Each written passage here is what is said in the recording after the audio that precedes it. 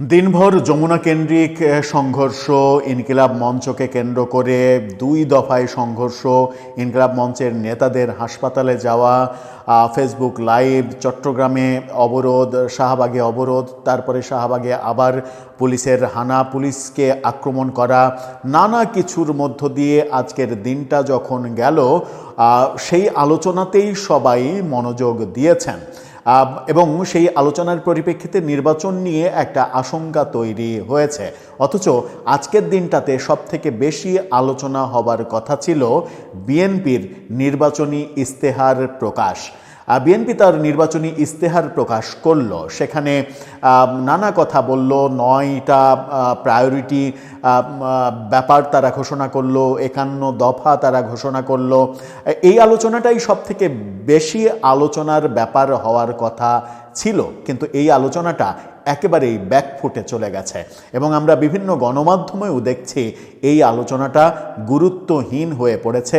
সারা দিনের যমুনা কেন্দ্রিক, ইনকিলাব মঞ্চ কেন্দ্রিক যে ঘটনাগুলো ঘটেছে সেই ঘটনার ডামাডোলে। চলুন একটু আমরা চোখ মেলে দেখি বিএনপির যে নির্বাচনী ইস্তেহার, সেখানে তারা কোনো চমক দেখাতে পারলো কিনা, জনগণকে কনভিন্স করার মতো কোনো ওয়ে তারা তৈরি করতে পারলো কিনা, আগামী নির্বাচনে তাদের এই ইস্তেহার ব্যাপকভাবে কোনো প্রভাব ফেলতে পারবে কিনা।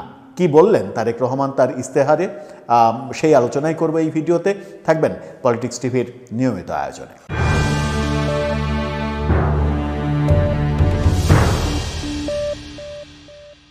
দর্শক, বলছিলাম আজকে বিএনপির নির্বাচনী ইস্তেহার নিয়ে সবথেকে বেশি আলোচনার কথা ছিল, কিন্তু সেটা হয়নি কেন সেটা আপনারা সবাই জানেন।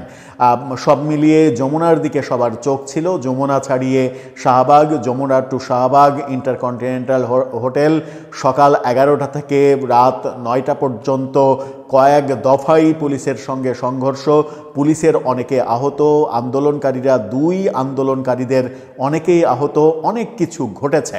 কিন্তু তারেক রহমানের ঘোষিত ইস্তেহার আজকের দিনে টক অফ দ্য কান্ট্রি হওয়ার কথা থাকলেও সেটা একটু পেছনে পড়ে গেছে। কি বললেন তারেক রহমান? ডেইলি স্টারের শিরোনামটা দেখলেই মোটামুটি বুঝতে পারবেন। শিরোনামে তারা বলছে, ফ্যামিলি কার্ড সহ প্রধান 9 প্রতিশ্রুতি নিয়ে বিএনপির ইস্তেহার। সেখানে তারা 51 দফা ঘোষণা করেছে, কিন্তু 51 দফা নিয়ে তো আর আলোচনা করা সম্ভব নয়। আমরা মূলত একটু দেখতে চাই যে বিএনপির প্রায়োরিটি যে 9টা প্রতিশ্রুতি, যে 9টা ব্যাপারে তারা সবথেকে বেশি গুরুত্ব দিতে চায়, সেই 9টা কি, সেখানে কোনো চমক আছে কিনা। ফ্যামিলি কার্ডের কথা শুরু থেকেই বলা হচ্ছে, কিন্তু অনেকেই সেখানে সমালোচনা করেন, কারণ ফ্যামিলি কার্ডটা নতুন কোনো ধারণা নয়। ফ্যামিলি কার্ড ইতিমধ্যেই বাংলাদেশে প্রতিষ্ঠিত একটা ব্যাপার। অন্তত 1 কোটি ফ্যামিলি কার্ড সাধারণ গরিব মানুষের মাঝে বিগত সরকারই বিতরণ করেছে এবং সেগুলো ডিজিটাল ভার্সনে যাওয়ার প্রক্রিয়া চলছিল, যেটাকে ফোকাস করেছে বিএনপি, যেটাকে একটা অন্য মাত্রা দেওয়ার চেষ্টা করেছে বিএনপি। হয়তো সেখানে সুযোগ সুবিধা কিংবা স্মার্টনেস তারা তৈরি করবে, কিন্তু ব্যাপারটা কিংবা ভাবনাটা নতুন নয় বলেও অনেকে সমালোচনার চেষ্টা করেছেন বিএনপিকে। তবুও এটা একটা ভালো উদ্যোগ। অনেকে প্রশ্ন তুলছেন, ফ্যামিলি কার্ড দেবেন ঠিক আছে, কিন্তু ফ্যামিলি কার্ডের টাকা কোথা থেকে আসবে সেই প্রশ্ন করছেন। জামাতের পক্ষ থেকে, এনসিপির পক্ষ থেকে ফ্যামিলি কার্ড নিয়ে রীতিমতো ধুয়ে দেওয়া হচ্ছে। এই ব্যাপারগুলো তো রাজনীতিতে আমরা দেখছি, কিন্তু তাদের ফোকাস কোন 9টা বিষয়ে সেটা একটু দেখি চলুন। বিএনপির ইস্তেহারে যে 9টা প্রতিশ্রুতি দেওয়া হয়েছে সেগুলো হচ্ছে, 1 নাম্বার, প্রান্তিক ও নিম্ন আয়ের পরিবারকে সুরক্ষা দিতে ফ্যামিলি কার্ড চালু করে প্রতি মাসে 2500 টাকা করে বা সমমূল্যের নিত্য প্রয়োজনীয় পণ্য সরবরাহ নিশ্চিত করা হবে। অর্থাৎ 2500 টাকা করে প্রতি মাসে দেয়া হবে। অর্থসেবার এই পরিমাণ পর্যায়ক্রমে বাড়ানো হবে। তার মানে বিএনপির নির্বাচনের ইস্তেহারের 1 নম্বর ব্যাপারটাতেই তারা নিয়ে এসেছে সেই ফ্যামিলি কার্ডের ব্যাপারটা। 2 নম্বরে তারা বলছে, কৃষকের উৎপাদিত ফসলের ন্যায্য মূল্য নিশ্চিত করতে কৃষক কার্ডের মাধ্যমে ভর্তুকি, সহজ ঋণ, কৃষি বিমা ও রাষ্ট্রীয় ব্যবস্থাপনায় বাজারজাতকরণ জোরদার করা হবে। মৎস্য চাষী, পশুপালনকারী, খামার ও কৃষি খাতের ক্ষুদ্র ব্যবসায়ীরাও এই সুবিধা পাবেন। অর্থাৎ ফ্যামিলি কার্ডের পাশাপাশি তারা কৃষি কার্ডও দেবে, এই ঘোষণা দিচ্ছে। 3 নম্বরে তারা বলছে দুর্নীতিমুক্ত ও মানবিক স্বাস্থ্য ব্যবস্থা গড়ে তুলতে দেশব্যাপী 1 লাখ স্বাস্থ্যকর্মী নিয়োগ করা হবে। 1 লক্ষ মানুষের কর্মসংস্থানের কথা বলছে তারা। জেলা ও মহানগর পর্যায়ে মানসম্পন্ন চিকিৎসা, মা ও শিশুর পূর্ণাঙ্গ স্বাস্থ্য সেবা সহ রোগ প্রতিরোধমূলক কার্যক্রম সম্প্রসারণ করা হবে। এটাতে খুব একটা চমক নেই। 4 নম্বর, আনন্দময় ও কর্মমুখী শিক্ষা ব্যবস্থা প্রতিষ্ঠার লক্ষ্যে বাস্তব দক্ষতা ও মূল্যবোধ ভিত্তিক শিক্ষানীতি প্রণয়ন করা হবে। প্রাথমিক শিক্ষায় সর্বাধিক গুরুত্ব, শিক্ষক শিক্ষার্থীদের প্রযুক্তি সহায়তা ও মিড ডে মিল চালু করা হবে। মিড ডে মিল এটাও বর্তমানে রয়েছে, এখানেও খুব একটা চমক নেই শিক্ষাক্ষেত্রে।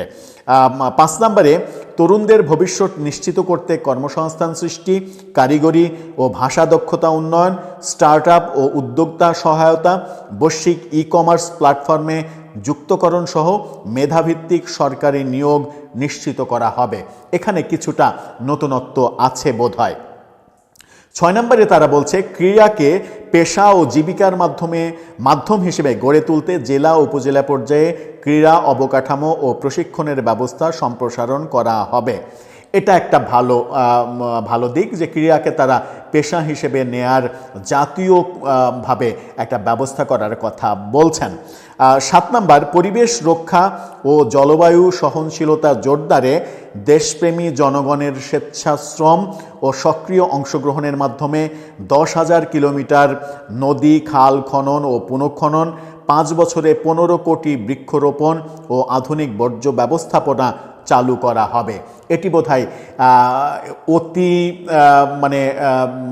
কি বলবো যে অতি কাল্পনিক একটা ব্যাপার হয়ে গেল যে এই ব্যাপারটা 5 বছরে 15 কোটি গাছ লাগানো, 10,000 কিলোমিটার নদী খনন করা 5 বছরের মধ্যে, এই ব্যাপারটা 5 বছরের মধ্যে এটা সহজলভ্য নয়, প্রায় বলা যায় যে অসম্ভব ব্যাপার। 8 নম্বরে বলা হচ্ছে ধর্মীয় ও সামাজিক সম্প্রীতি সুদৃঢ় করতে সব ধর্মের উপাসনালয়ের ধর্মীয় নেতৃবৃন্দের জন্য সম্মানী ও প্রশিক্ষণ ভিত্তিক কল্যাণ ব্যবস্থা চালু করা হবে। অর্থাৎ মসজিদের ইমাম মুয়াজ্জিমরা, মন্দিরের ঠাকুরেরা এখন থেকে বেতন পাবেন সরকারের, সেখানে একটা বড় ব্যয় বাড়বে। তবে অনেক দিন থেকেই এই ব্যাপারটা আলোচনা হচ্ছে যে মসজিদ কেন্দ্রিক রাজনীতি বন্ধ করার জন্য অন্তত হলেও মসজিদের ইমাম মুয়াজ্জিমদের একটা সরকারি কাঠামোর মধ্যে আনা দরকার, যেন মসজিদ ভিত্তিক যে রাজনীতিগুলো হয় সেই রাজনীতিগুলো থেকে দেশকে বাঁচানো যায়। 9 নম্বরে তারা বলছে ডিজিটাল অর্থনীতি ও বৈশ্বিক সংযোগ বাড়াতে আন্তর্জাতিক পেমেন্ট সিস্টেম পেপ্যাল চালু করা, ই-কমার্সের আঞ্চলিক হাব স্থাপন ও মেড ইন বাংলাদেশ পণ্যের রপ্তানি সম্প্রসারণ করা হবে। পেপ্যাল আনার কথা বলছেন। পেপ্যাল আনার উদ্যোগটা অনেক আগে থেকেই করা হয়েছে। পেপ্যাল আনার ক্ষেত্রে বেশ কিছু প্রতিবন্ধকতাও রয়েছে। সেই প্রতিবন্ধকতার কারণে এতদিনে বাংলাদেশে পেপ্যাল সিস্টেমটা চালু করা যায়নি, তবে সেটা খুবই দরকার। সেই দিকে বিএনপি গুরুত্ব দেবে, এটা একটা ভালো ব্যাপার। ই-কমার্সের আঞ্চলিক হাব তৈরি করা, সেটাও একটা ভালো ব্যাপার। 9টি যে প্রায়োরিটি বিএনপি দিল,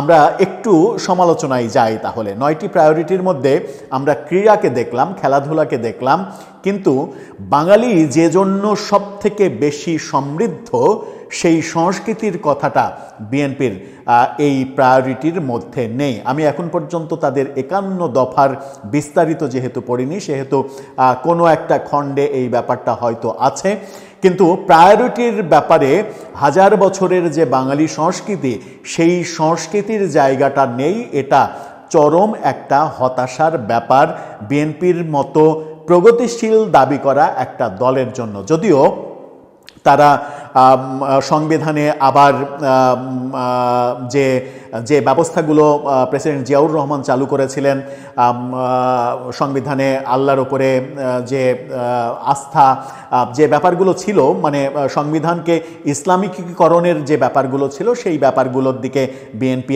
আবার যাবে, সেই কথাও তারা তাদের ইস্তেহারে বলেছে। সেটা হয়তো মুসলিম ভোটার টানার জন্যই তারা এই কৌশলটা নিয়েছে।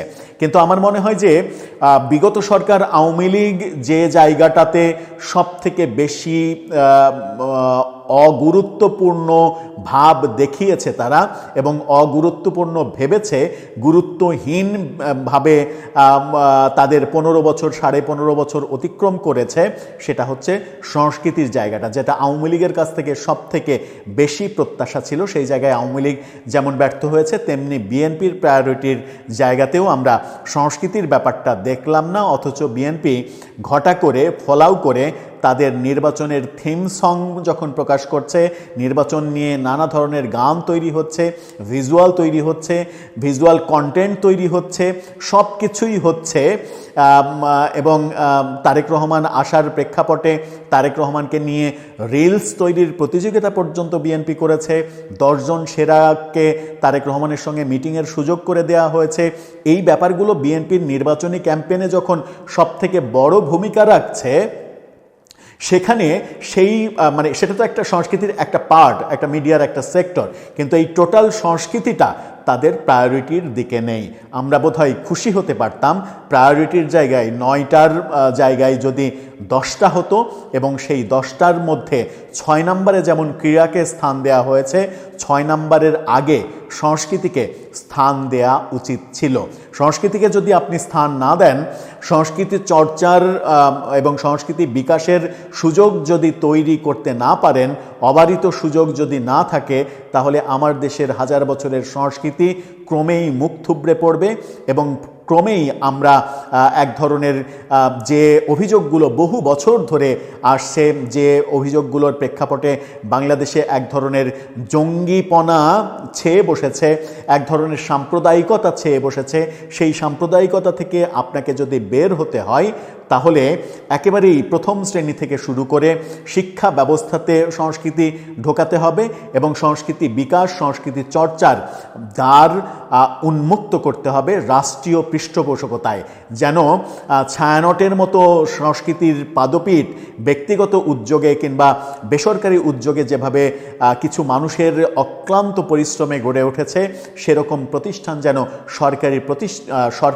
প্রচেষ্টায়, সরকারি পৃষ্ঠপোষকতায় তৈরি হতে পারে, এবং সংস্কৃতি বিচার মানে সংস্কৃতির চর্চাটা উন্মুক্ত হতে পারে, যাতে করে যত মানে এই বিএনপির এখনকার ক্যাম্পেইন কি, সাম্প্রদায়িকতার বিরুদ্ধে ক্যাম্পেইন, মুক্তিযুদ্ধের পক্ষের ক্যাম্পেইন। মুক্তিযুদ্ধের প্রেক্ষাপটেও আমরা দেখেছি স্বাধীন বাংলা বেতার কেন্দ্রের গান মুক্তিযোদ্ধাদের সব থেকে বেশি অনুপ্রেরণা দিয়েছিল।